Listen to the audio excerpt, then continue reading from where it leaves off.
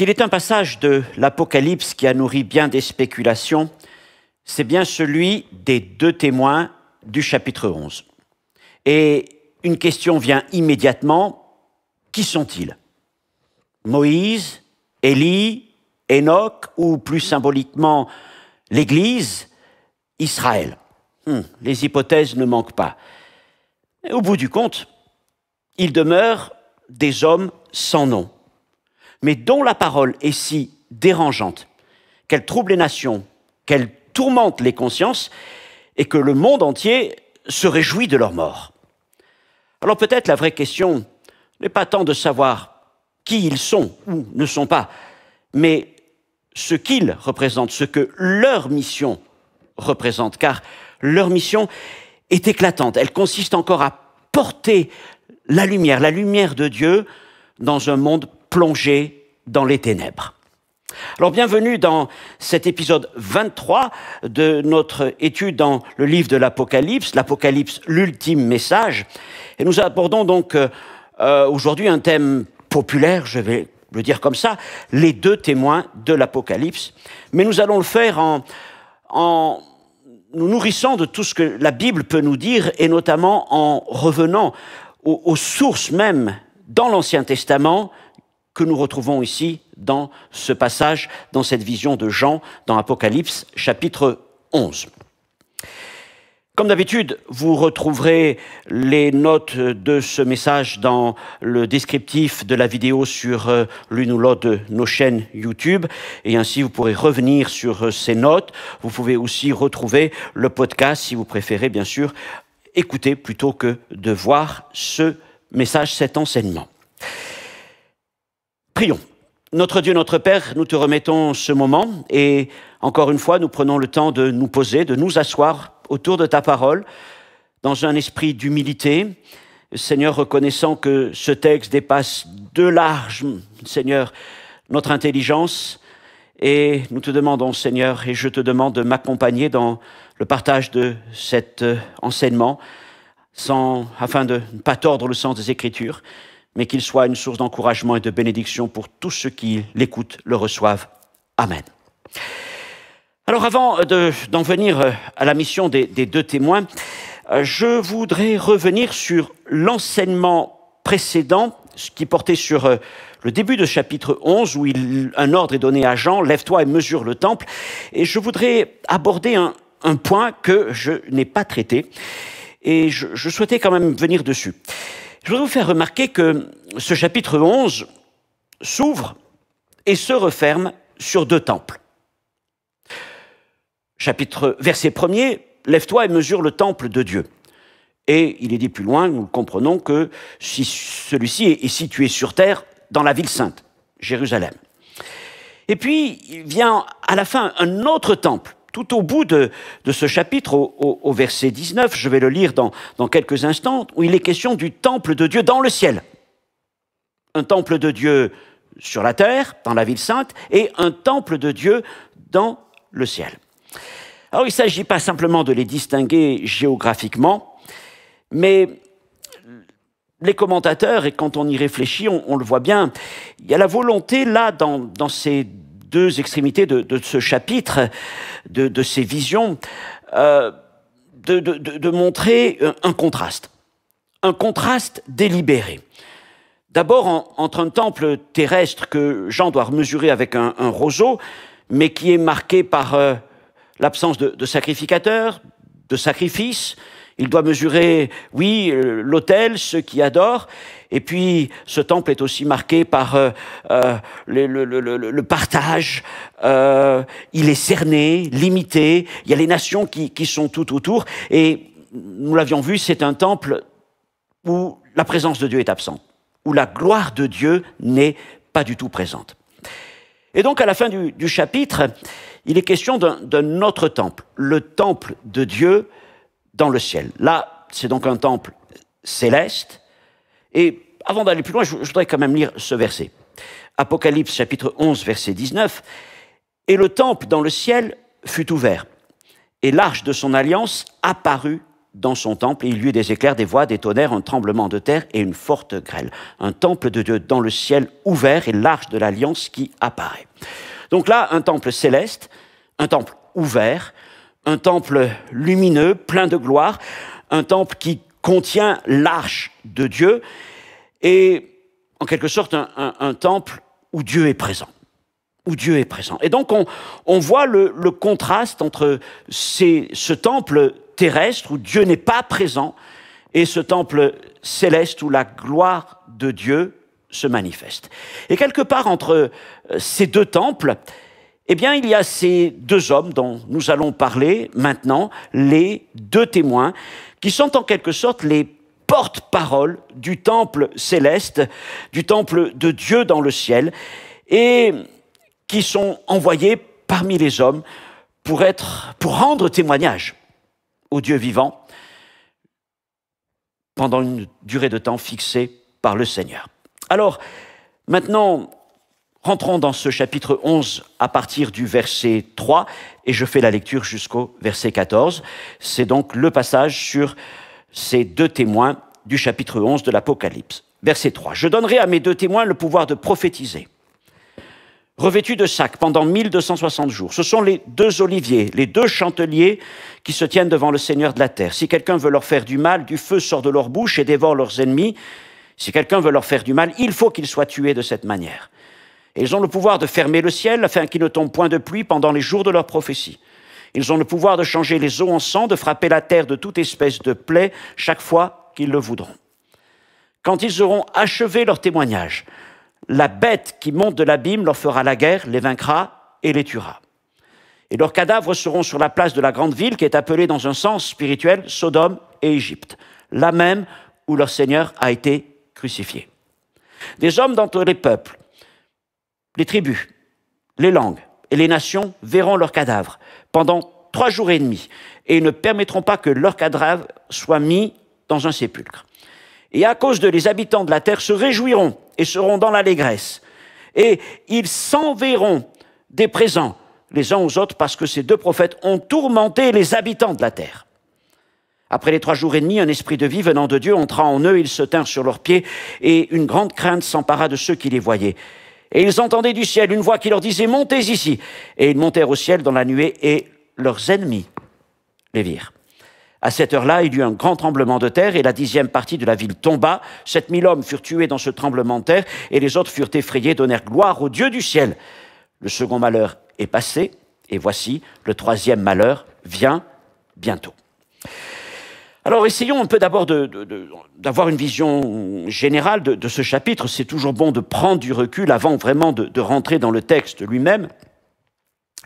Et ce chapitre 11 se constitue de plusieurs visions, on va dire de 3 tableaux. D'abord celui du temple mesuré que nous avons étudié dans l'enseignement précédent. Et puis là, la vision des deux témoins envoyés par Dieu, leur mort, leur résurrection, leur enlèvement. Et puis, dans la dernière partie que nous n'avons pas lue, à partir du verset 15 jusqu'au verset 19, c'est la vision de la sonnerie de la 7e trompette. Voilà pour le chapitre 11. Maintenant, essayons aussi de resituer ce chapitre et les visions, notamment celles qui nous concernent ici, du verset 1er jusqu'au verset 14, la vision du temple, la vision des deux témoins, essayons de les resituer dans le déroulement des événements de l'Apocalypse. Alors la plupart du temps, on peut considérer que les événements de l'Apocalypse progressent chronologiquement. C'est le cas des sceaux, des jugements des sceaux, des trompettes, puis des coupes. Mais l'Apocalypse contient aussi on a parlé d'intermèdes, par exemple au chapitre 7, au chapitre 10, et puis elle contient aussi des flashbacks.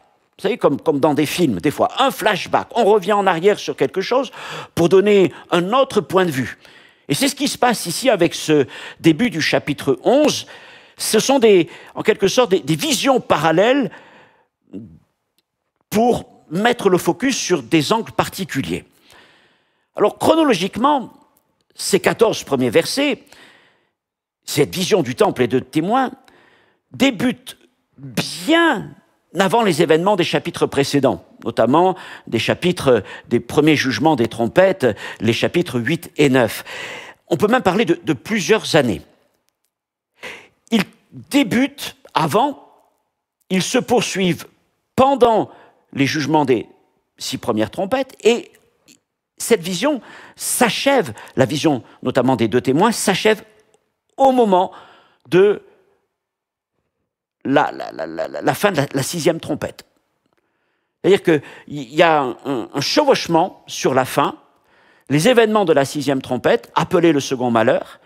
6e trompette, c'est au chapitre 9, c'est la grande armée de 200 millions de cavaliers qui tue 1/3 des hommes. Eh bien, pendant ce temps-là, il y a donc la fin du témoignage de ces 2 prophètes à Jérusalem, mais c'est véritablement leur mort, leur résurrection et leur enlèvement suivi d'un jugement, le grand tremblement de terre, qui marque la fin de cette 6e trompette. Donc les événements ont commencé bien avant, puisqu'il nous est dit qu'ils vont prophétiser pendant 3 ans et demi, mais ils s'achèvent, ils rattrapent en quelque sorte la chronologie, et ils s'achèvent avec juste avant la sonnerie de la 7e trompette, pour être plus précis. Et ces 2 premières visions, cette première partie du chapitre 11, est là pour éclairer des événements se produisant à Jérusalem, donc en parallèle des sceaux et des jugements des trompettes. Maintenant, rentrons dans leur témoignage. Alors, première question, je vais essayer de procéder par différentes questions pour essayer d'analyser un peu le texte avec vous. Posons-nous où ces choses se passent-elles? Alors le texte ne laisse aucun doute, ils sont à Jérusalem, verset 8, puisqu'il est précisé que ils se trouvent dans la grande ville, là même où leur Seigneur a été crucifié. Alors, ça ne peut pas être ailleurs, évidemment, qu'à Jérusalem. Nous voyons aussi qu'il est précisé dans ce verset 8 que leurs cadavres seront sur la place de la grande ville. Donc ils ne prophétisent pas à l'intérieur du temple, ni même dans la cour du temple, mais dans la ville elle-même. Ville, je vous le rappelle, ville qui est foulée par les nations. Fin du verset 2. Donc ils sont là, ils ne sont pas dans un lieu préservé, le temple, en partie en tout cas, mais ils sont au milieu de ces nations. Et ils sont là face à une hostilité très forte vis-à-vis de leur témoignage. Le temple est vide de la gloire de Dieu. Et quand le temple est vide, eh bien, ce sont les prophètes de Dieu qui manifestent sa présence. On voit aussi que Jérusalem, le nom n'est jamais prononcé dans le chapitre 11, est tout d'abord appelée la ville sainte. À la fin du verset 2, elles fouleront aux pieds la ville sainte. Mais maintenant, au verset 8, eh bien, cette ville est devenue corrompue, paganisée, et elle est comparée d'une part à Sodome. Sodome, le symbole de l'immoralité, une ville qui a été jugée par le feu, Genèse chapitre 19, et une ville que Ézéchiel avait déjà utilisée pour la comparer à Jérusalem. Ézéchiel 16, 48, le prophète avait écrit « Sodome, ta sœur et ses filles n'ont pas fait ce que vous avez fait, toi, et là c'est Jérusalem, toi et tes filles. » Donc, il y avait déjà cette histoire, ce parallèle dans le prophète Ézéchiel entre Sodome et Jérusalem. Et Jean reprend cette tradition prophétique et nous montre que la ville sainte est devenue pire même que Sodome. Non seulement elle est Sodome, mais elle est aussi l'Égypte. C'est-à-dire là, c'est le symbole de l'oppression et le rappel des jugements divins, les plaies, Exode chapitre 7 et jusqu'au chapitre 12. Ces 2 noms, Sodome et Égypte, sonnent comme une alerte prophétique au lecteur. Jérusalem, la ville sainte, est devenue Sodome et Égypte. Une ville pervertie, oppressive, et comme pour Sodome et pour l'Égypte, une ville promise au jugement. Voilà pour situer un peu le cadre de leur temps de prophétie. Alors, quoi maintenant? Deuxième question après, où? Quoi? À travers ces 2 hommes, Dieu veut faire encore entendre sa voix. Pas seulement à Israël, mais le texte le précise bien, à tous les habitants de la terre. Et vous notez qu'ils sont appelés à prophétiser. Je donnerai à mes 2 témoins le pouvoir de prophétiser. C'est ce qu'il avait été aussi ordonné à Jean un peu plus loin, un peu plus haut, pardon, au chapitre 10, verset 11, « Il faut que tu prophétises ». Et là, on se rend compte encore une fois que l'Apocalypse, comme je vous l'ai souvent dit, c'est un livre particulier dans le Nouveau Testament. C'est le livre qui est le plus pétri de l'héritage, de l'histoire de l'Ancien Testament à la lumière du Nouveau. Et véritablement, là, nous avons affaire à toute cette richesse spirituelle de l'Ancien Testament. Ces deux hommes sont comparés à ces prophètes. Ils vont agir comme les prophètes, non pas ceux du Nouveau Testament, mais ceux de l'Ancien Testament. Ce qu'on note, c'est qu'ils sont appelés à prophétiser, mais on ne connaît pas la teneur de leur message. Rien n'est dit directement quant aux choses qu'ils doivent annoncer. Cependant, il est dit que, au verset 10, que les habitants de la terre se réjouiront de leur mort parce que ces deux prophètes, encore une fois prophètes, ont tourmenté les habitants de la terre. Tourmenté. Tiens, tourmenter, c'est un verbe qu'on a déjà vu au chapitre 9, verset 5, au sujet des sauterelles de la 5e trompette, qui, par leur piqûre, morsure, tourmentaient les habitants de la terre. Eh bien ici, la parole des prophètes provoque un tourment intérieur, une mise à nu des consciences. Leur témoignage dérange, blesse l'orgueil, révèle les ténèbres qui habitent les hommes. Quoi? Maintenant, interrogeons-nous au temps. Combien de temps? Or, le texte est précis. Verset 3, « Ils prophétiseront 1260 jours. » Je vais m'arrêter un peu sur cette durée. On la retrouve exprimée de trois manières, comme le tableau qui apparaît là vous le montre, de trois manières dans le livre de l'Apocalypse. Elle est exprimée en jours, 1260 jours. Elle est aussi exprimée en mois, 42 mois. Et enfin, elle est exprimée en temps, et il faut comprendre en années, un temps, des temps et la moitié d'un temps, c'est-à-dire 3 ans et demi, des jours, des mois et des années. Mais c'est à chaque fois la même durée. Oui, une durée de 3 ans et demi. Mais ce qu'on observe dans l'Apocalypse, c'est que il y a en quelque sorte un public concerné. Ce n'est pas les mêmes personnes qui sont concernées en fonction de la manière dont exprimer cette durée en jours, en mois, en années. Lorsqu'il est question de 1260 jours, par exemple dans Apocalypse 11, 3 ici, ou plus loin au chapitre 12, verset 6, nous y viendrons bientôt, il est à chaque fois question là du peuple de Dieu, les serviteurs de Dieu. 1260 jours, quand il y a 1260, c'est une durée en référence avec les serviteurs. C'est le temps des témoins. Et là, il est question de la fidélité des serviteurs jour après jour, mais aussi la fidélité de Dieu à l'égard de ses serviteurs. Chaque jour est compté devant Dieu. Puis ensuite, 42 mois. 42 mois, ici, nous le trouvons au verset 2, et puis un peu plus loin, au chapitre 13, verset 5. Et là, il est question du temps des nations et du temps de la bête. 42 mois nous parle du temps de la domination permise par Dieu. Et elle est comptée en mois. Et enfin, en années, un temps, des temps et la moitié d'un temps, 3 ans et demi.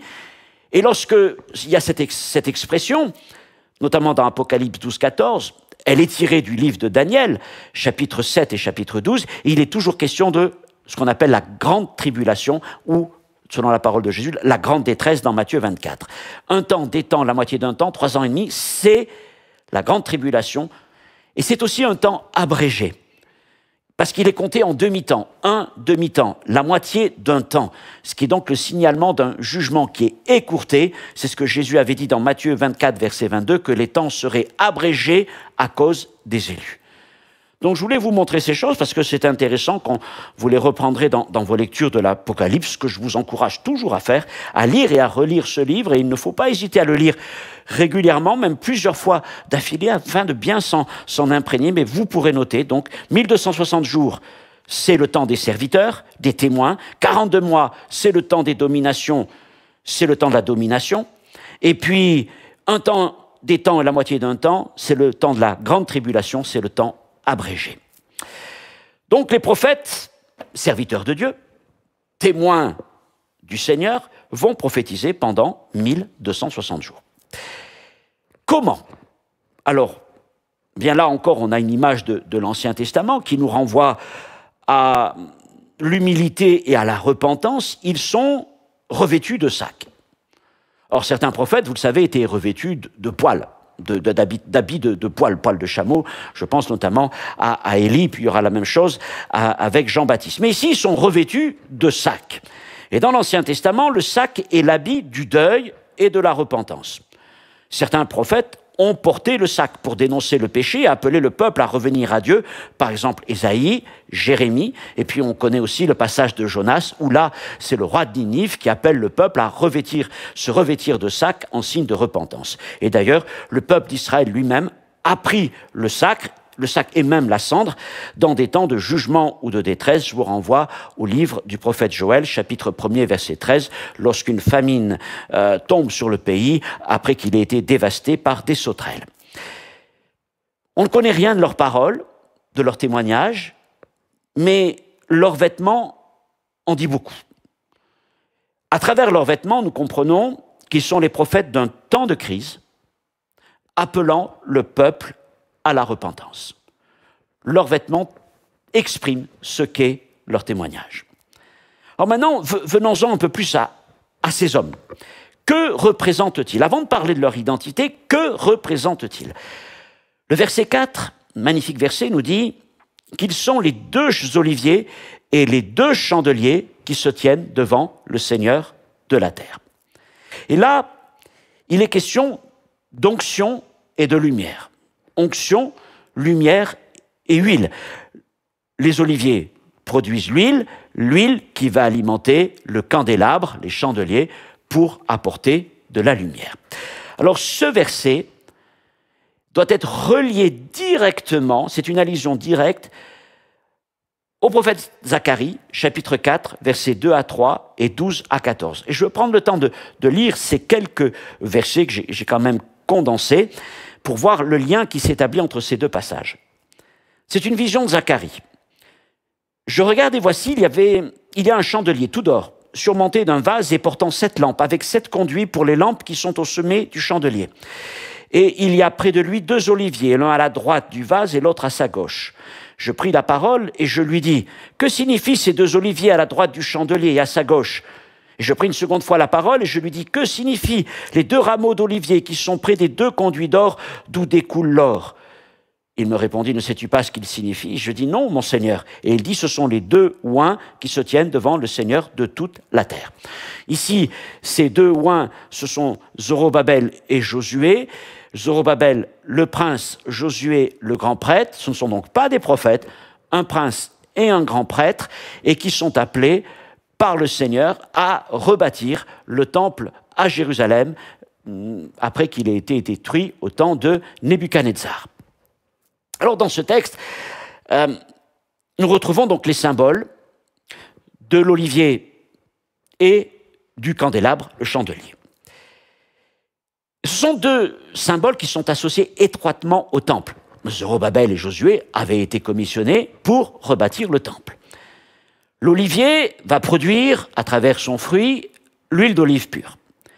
Et le livre de l'Exode, au chapitre 27, verset 20, « À cette parole du Seigneur, tu ordonneras aux enfants d'Israël de t'apporter pour le chandelier de l'huile pure d'olive concassée afin d'entretenir les lampes continuellement. » Donc, les sacrificateurs et les enfants d'Israël avaient cette mission de tous les jours presser de l'huile fraîche pour qu'elle soit amenée pour alimenter le candélabre afin qu'il brille.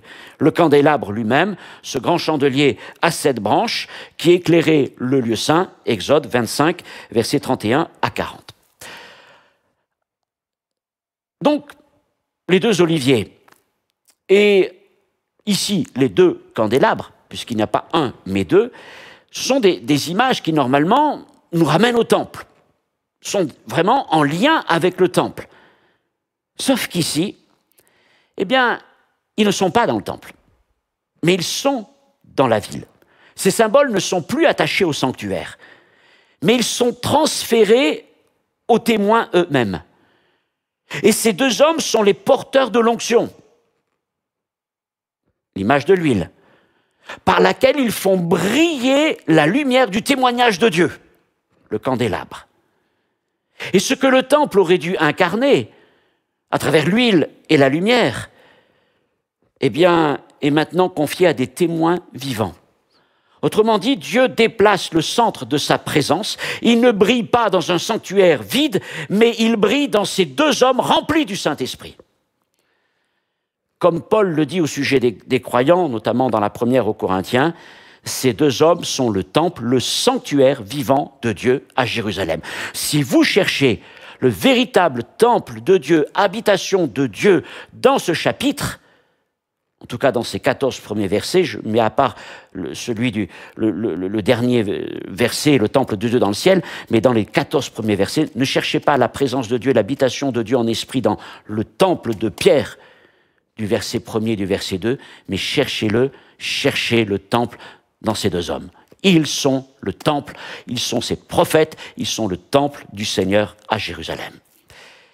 Il est dit aussi qu'ils se tiennent devant le Seigneur. Et là, c'est encore un retour à Zacharie, chapitre 4, verset 14, puisque nous avons exactement la même phrase. Ils se tiennent devant le Seigneur.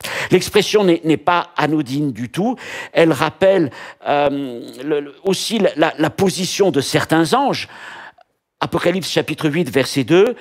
« Et je vis les 7 anges qui se tiennent devant Dieu. » Et ces 7 anges reçoivent l'autorité d'agir sur la terre. Les 7 anges sont devant le Seigneur, dans le ciel, et sur la terre, les 2 témoins sont devant Dieu, oui, sur la terre, à Jérusalem, devenue Sodome et Égypte. Alors, dans l'Ancien Testament, se tenir devant Dieu, ça signifiait être introduit dans son conseil divin et recevoir sa mission et son autorité. Prophète Jérémie, chapitre 15, verset 19, Dieu parle à Jérémie, lui dit « Tu te tiendras devant moi, tu seras comme ma bouche. Tu te tiendras devant moi, tu seras comme ma bouche. » C'est vraiment le schéma qu'on a là avec ces deux hommes. 1 Roi, chapitre 17, verset 1, c'est Élie qui parle. Et il dit « L'Éternel est vivant, le Dieu d'Israël, devant qui je me tiens. » Devant qui je me tiens. Et là, on y reviendra, bien sûr, il y a cette image du prophète Élie, de cet homme qui se tient devant le Seigneur, ce prophète de Dieu qui a cette relation directe avec le Seigneur et dont certains voient une identification concernant les 2 témoins. Autrement dit, les 2 témoins ne parlent pas d'eux-mêmes, ils transmettent directement les ordres du conseil divin. Et ils reçoivent une autorité divine, qui vient de leur position devant Dieu, et non pas de qui ils sont en eux-mêmes. Donc voilà, nous avons donc des hommes qui sont comparés à un olivier et un candélabre, et dont il est dit qu'ils se tiennent l'un et l'autre devant le Seigneur. Ça nous amène au point suivant, de parler de leur pouvoir un instant. Pour beaucoup, l'analyse de ce passage, versets 5 et 6, au sujet des pouvoirs de ces hommes, vont permettre leur identification claire. Qu'est-ce que nous lisons? Tout d'abord, au verset 5, « Que du feu sort de leur bouche et dévore leurs ennemis. » Alors, l'image est spectaculaire, mais pour la plupart des commentateurs, c'est une image, c'est un symbole. Il ne faut pas y voir du feu voilà, qui sortirait réellement. Le feu, c'est leur parole, la parole de ces témoins, une onction qui est sur leur vie, une autorité, une puissance qui est là. Ça nous rappelle ce que Jérémie, chapitre 5, verset 14, disait. Ta parole est comme un feu. Ma parole est comme un feu. Mais bien sûr, ça nous rappelle aussi de Rois, chapitre 1er, verset 10 à 11, Élie qui faisait descendre du feu du ciel sur la terre. Cette dimension du feu nous dit que la parole de Dieu est jugement, c'est le feu prophétique de Dieu, et c'est ainsi que les ennemis de ces 2 hommes sont tués, nous dit les Écritures. Deuxième pouvoir, celui de fermer le ciel pour qu'il ne tombe point de pluie. Alors là, encore une fois, bien, ça nous ramène à l'histoire d'Élie, tout au début d'Élie. Élie apparaît à un moment où le ciel va se fermer, et c'est intéressant. Il va être fermé, il ne va pas y avoir de pluie pendant 3 ans et demi, confère les 1260 jours de leur ministère. 3 ans et demi, c'est l'apôtre Jacques qui nous le rappelle au chapitre 5, verset 17. Ils ont donc l'autorité de fermer le ciel, ce qui est un signe de jugement, et un appel à la repentance. Et nous savons bien ce qui se passera sur le mont Carmel à la fin de cette période. Troisième pouvoir, changer les eaux en sang. Et là, bien, c'est une évocation, c'est vrai, de Moïse qui change les eaux du Nil en sang. Exode chapitre 7, verset 20, signe de jugement sur les puissances idolâtres. D'ailleurs, toutes les plaies d'Égypte, il y a longtemps qu'il a été montré que ce sont des jugements sur les divinités de l'Égypte. Et la première divinité, c'est le Nil lui-même, cette artère de vie, en quelque sorte, pour tout ce pays d'Égypte. Et puis, ils ont le pouvoir aussi de frapper la terre de toutes sortes de plaies. Encore une fois, le passage d'Exode 7 à 12, Moïse appelant les 10 plaies de l'Égypte, Dieu confirmant leur témoignage par des jugements puissants. Donc, avant de parler d'une quelconque identification, nous voyons que, encore une fois, nous sommes là vraiment dans un rappel constant de l'Ancien Testament.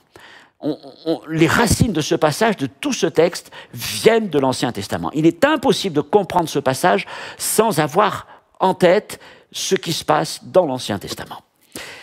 Alors maintenant, enfin, arrivons à la question de leur identité. Qui sont-ils? Alors, c'est vrai que beaucoup d'enseignements et de vidéos sur ces deux prophètes du chapitre 11 portent presque exclusivement sur leur identité. Pour autant, le texte ne donne pas de nom. Et donc, c'est quand même forcer le texte à vouloir absolument coller un nom à des personnes auxquelles Dieu ne donne pas de nom. Même si on a l'impression d'avoir plein d'indices. Pour autant, le nom n'est pas donné. Et je pense que c'est volontaire. Parce que l'important n'est pas leur identité, mais l'important, c'est leur mission. Alors évidemment, leur pouvoir rappelle clairement Moïse, les eaux changées en sang, les plaies d'Égypte, Élie, le feu qui dévore, la sécheresse de 3 ans et demi. Et puis, nous rappelons que Moïse et Élie, ce sont ces deux que l'on retrouve avec Jésus sur la montagne de la Transfiguration, mais dans ce passage-là, ils sont nommés. Il est bien précisé dans les évangiles que sur cette montagne, c'est bien Moïse et Élie qui apparaissent, ce qui n'est pas le cas ici. Ils ne sont pas nommés. Alors, je sais, et pour éviter les critiques ou quoi, certains mentionnent aussi Enoch. Enoch, en raison de son enlèvement avant la mort, Genèse chapitre 5, verset 24, et donc ça serait Enoch qui apparaîtrait ici. Bon. Encore une fois, Jean ne les identifie pas. Donc, quelque part, ce que je veux comprendre à travers ça, c'est que les deux témoins sont moins à identifier. Le but, c'est pas de les identifier, c'est pas à travers, comme si on avait là une petite devinette, et à travers les indices qui sont là, ah oui, nous dire c'est celui-ci ou c'est un autre, mais je pense que l'absence de nom est là pour surtout établir une correspondance entre ces deux témoins d'Apocalypse 11 et les figures de l'Ancien Testament dont ils sont les porteurs du témoignage. De la loi, Moïse, et des prophètes, Élie, et éventuellement de l'enlèvement à travers Enoch. Ce que je veux vous faire comprendre, c'est que cela rappelle la parole de Jésus à propos de Jean-Baptiste, Matthieu 11, 4. Lorsqu'il dit aux disciples, si vous voulez le comprendre, c'est lui, l'Élie, qui devait venir. Élie, le retour d'Élie avait été annoncé par le prophète Malachie. Et voilà que Jésus désigne Jean-Baptiste comme cet Élie qui devait venir. Mais Jean-Baptiste est Jean-Baptiste, et Élie n'a pas été réincarné en Jean-Baptiste. Mais cet esprit qui était sur Élie était maintenant sur Jean-Baptiste. Un peu comme il était passé d'Élie à Élisée, on le retrouve maintenant sur Élie. Autrement dit, un prophète peut incarner le profil, si vous voulez, l'onction, pourquoi pas, d'une figure ancienne sans être la personne elle-même. Et c'est ce qui me semble qui apparaît dans ce texte. Ce n'est pas le fait de savoir est-ce que c'est véritablement Moïse, est-ce que c'est véritablement Élie, est-ce que c'est véritablement Enoch. Non, c'est de comprendre que ces deux-là rappellent le ministère, portent l'onction que ces prophètes de l'Ancien Testament avaient manifestée en leur temps. Alors maintenant, fait intéressant et significatif, c'est que ces deux témoins, ce sont des prophètes, et ils sont entièrement reliés à l'Ancien Testament, et qu'il n'y a donc dans cette vision-là aucun représentant du Nouveau Testament, mis à part Jean en observateur.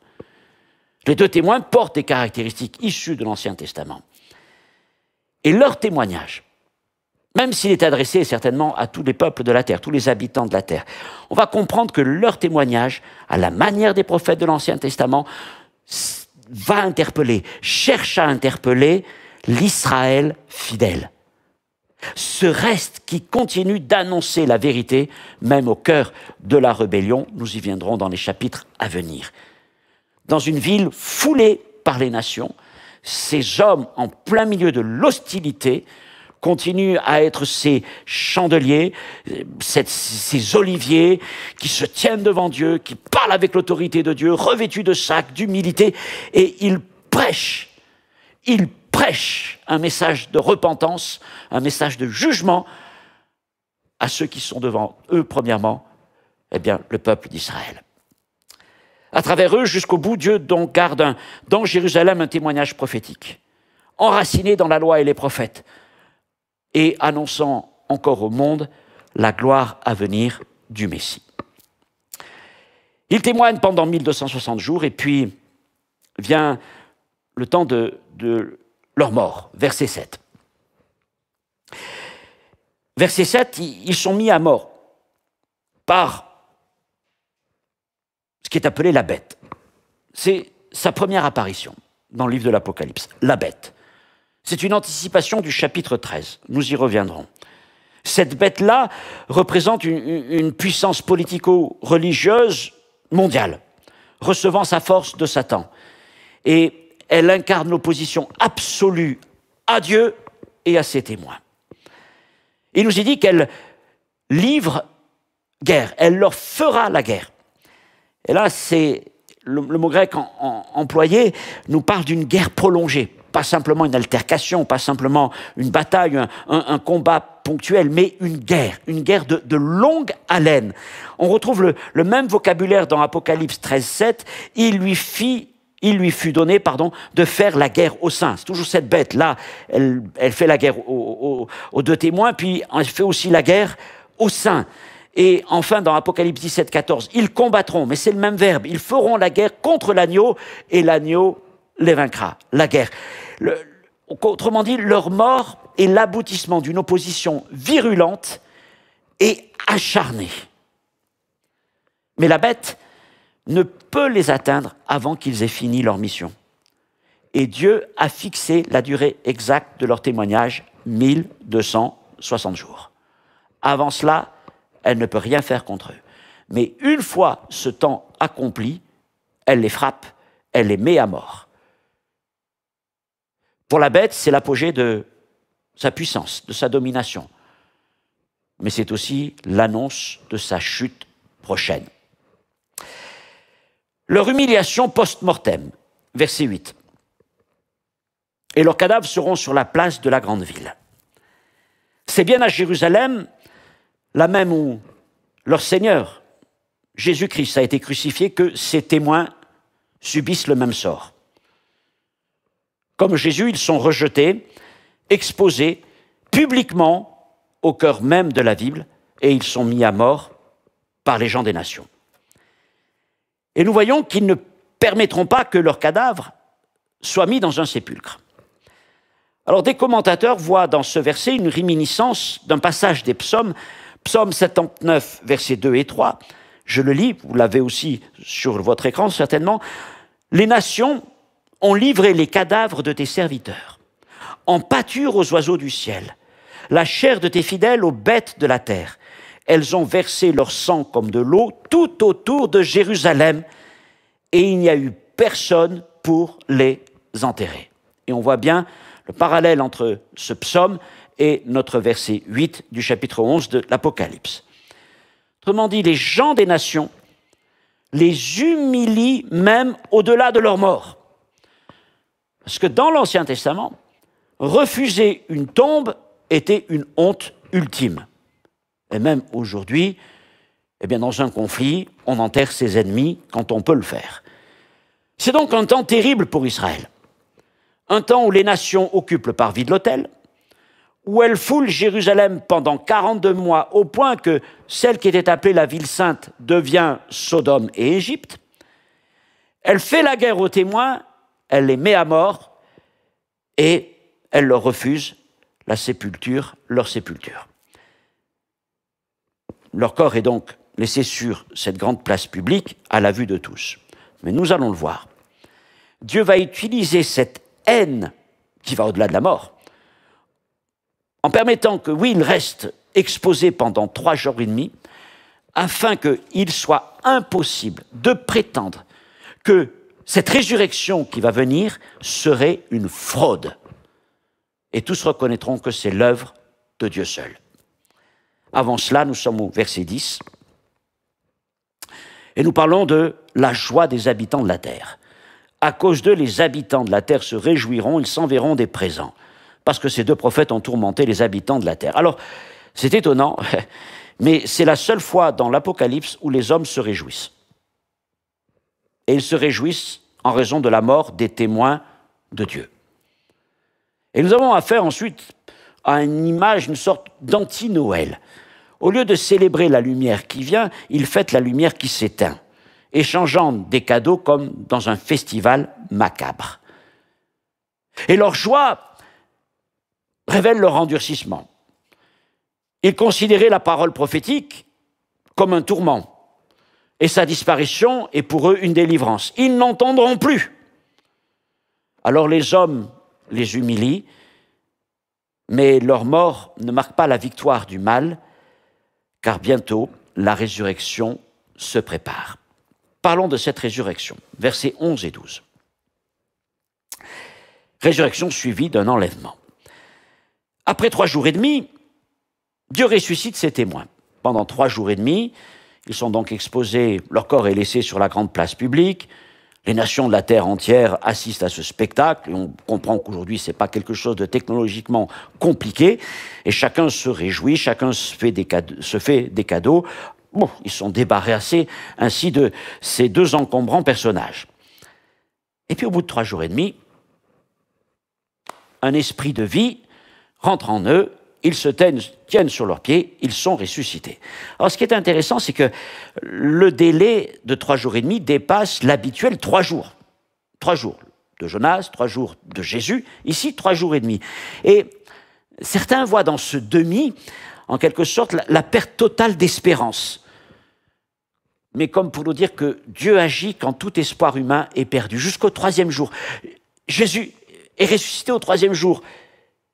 Et le 3e jour est passé, et le 4e avance, mais à la moitié du 3e jour, ils sont ressuscités. Puis à la manière d'Élie ou de Jésus, ils sont enlevés au ciel dans la nuée. Alors évidemment, on est dans une vision. Du coup, ce que je vais dire, c'est assez particulier. Mais ils sont enlevés ici dans la nuée, c'est mentionné. Ce que je veux dire, c'est qu'ils ne sont pas, ils ne montent pas au ciel à la manière de Jean au chapitre 4. Jean au chapitre 4, Apocalypse chapitre 4, verset 1er, il entend une voix qui lui dit « Monte ici et je te ferai voir ce qui doit arriver dans la suite. » Et au verset 2, il est écrit « Aussitôt je fus ravi en esprit. »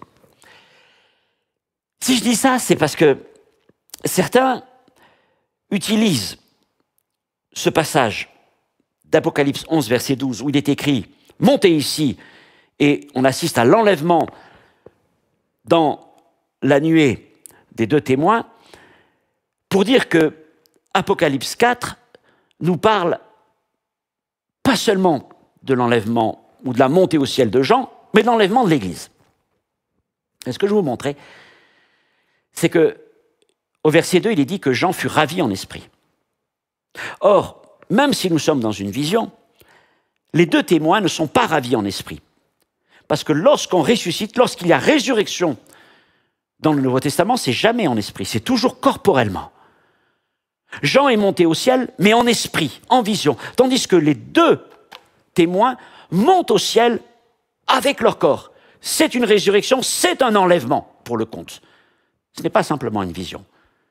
Et c'est pour ça que je ne vois pas, et je l'ai déjà dit, je le redis encore, dans Apocalypse 4, une annonce de l'enlèvement de l'Église qui serait corroborée par ce passage, parce que nous aurions ici, dans les deux passages, monté ici.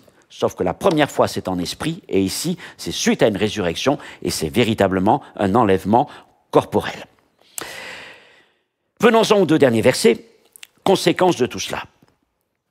À cette heure-là, il y eut un grand tremblement de terre. Alors ici, ce séisme n'est pas un accident, c'est le sceau du jugement de Dieu sur cette Jérusalem qui est devenue Sodome et Égypte. Le jugement tombe sur elle comme il est tombé sur cette ville, Sodome, et ce pays d'Égypte. Dans la Bible, le tremblement de terre est un signe classique de jugement divin. On le voit au Sinaï, Exode 19. Il y a toutes sortes d'annonces prophétiques de tremblement de terre. Ésaïe 29, Agé chapitre 2. Et puis, plusieurs fois dans le livre de l'Apocalypse, au moins 4 fois, en incluant 4 ou 5 fois, en incluant ce passage, il est question de tremblement de terre dans ce livre, comme des manifestations de jugement. Donc ici, ce tremblement touche particulièrement directement Jérusalem. Et il est dit que la 10e partie de la ville tomba. Devenue donc une ville apostate et corrompue, elle subit un jugement comme Sodome et comme l'Égypte. Le tremblement de terre produit un double effet. Pour 7000 hommes, c'est la mort. Pour les autres, c'est la frayeur. Ils sont effrayés et ils donnent gloire à Dieu. Ils avouent qu'ils reconnaissent la gloire de Dieu. Alors, ce qui est intéressant, c'est que à la fin du verset 12, il est dit « Et leurs ennemis les virent ». Ils virent les deux témoins monter au ciel après leur résurrection, mais il n'est pas dit qu'ils rendent gloire à Dieu.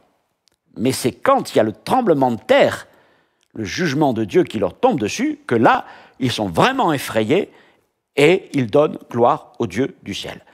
Alors, est-ce une repentance sincère? Peut-être pour certains, mais n'en est pas dit. Parce que donner gloire à Dieu ne veut pas forcément se repentir de sa vie passée. Voilà. Une chose est sûre, en tout cas, nul ne peut rester neutre face à la résurrection des témoins et au jugement de Dieu qui s'ensuit. Enfin, nous arrivons au verset 14. Le verset 14 relie directement, comme je l'ai mentionné au début, leur mort, leur résurrection et leur enlèvement au cycle des malheurs, c'est-à-dire la 5e, la 6e trompette. Il y a 3 malheurs, et le dernier malheur viendra, ce sera la 7e trompette qui ouvrira vers les coupes. La 5e trompette, le premier malheur, chapitre 9, versets 1 à 12, vous pourrez reprendre ça dans les enseignements que nous avons vus, c'est l'invasion démoniaque. Vous savez, ces sauterelles qui sortent du puits de l'abîme et qui vont tourmenter les hommes pendant 5 mois. 6e trompette est appelée le 2e malheur, commence au chapitre 9, verset 13 à verset 21. C'est l'armée des 200 millions de cavaliers. Et puis, il y a une pause. C'est le chapitre 10.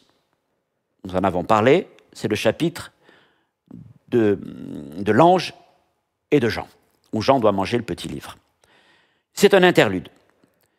Et ensuite, la 6e trompette repart avec le chapitre 11. Sauf qu'elle revient en arrière parce que les événements dont il est question, ici le témoignage des 2 témoins pendant 1260 jours, a commencé bien avant même le jugement des trompettes, bien avant, peut-être même jusqu'au début du cycle des sceaux. Mais comme ces 1260 jours se prolongent, eh bien, ils arrivent, le terme de ces 1260 jours correspond en quelque sorte à cette période de la fin de ce jugement de la 6e trompette de l'armée des 200 millions de cavaliers. Et ces événements, c'est véritablement l'enlèvement donc des 2 témoins. Excusez-moi si je suis un peu alambiqué, mais c'est l'enlèvement de ces 2 témoins qui marque la fin de la 6e trompette et donc du second malheur. Et bientôt viendra le 3e malheur, lorsque la 7e trompette retentira, ce qui sera la dernière phase de la colère de Dieu. Alors, en conclusion de tout ça,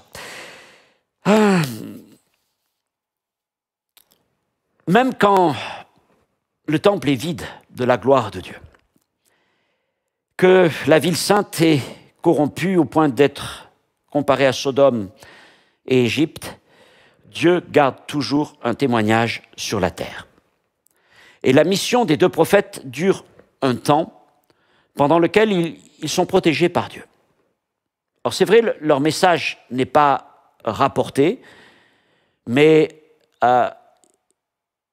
tout ce qui les entoure, la description de ce qu'ils représentent spirituellement, l'olivier, le candélabre, le vêtement de sac, qu'ils se tiennent devant Dieu, nous parle de la puissance, de l'autorité de leur témoignage. Et cette parole qu'ils prononcent est si puissante qu'elle tourmente les âmes de ceux qui les entendent, parce qu'elle met la vérité à nu. Et donc, dans un monde corrompu jusqu'à Jérusalem elle-même, les ténèbres sont partout présentes, ces deux hommes brillent comme des chandeliers, porteurs de l'huile et de la lumière, là où le temple est une coquille vide. Le sens de ces visions du chapitre 11 va bien au-delà du temple et des deux prophètes. Elle montre Jérusalem, la ville sainte corrompue, pour avoir accepté des alliances trompeuses. Un temple sans éclat, dont la cour est livrée aux nations, et la ville elle-même est foulée par ses peuples.